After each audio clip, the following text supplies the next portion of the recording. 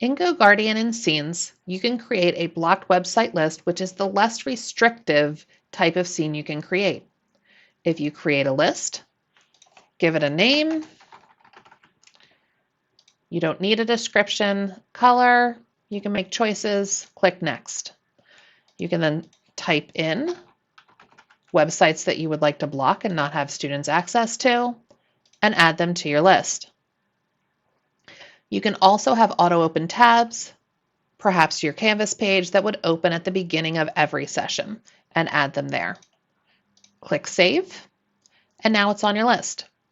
In your classrooms, you just need to go to Settings and apply that scene. If you update your classroom, every time a scene is started for this class, it will apply this scene for all of your students.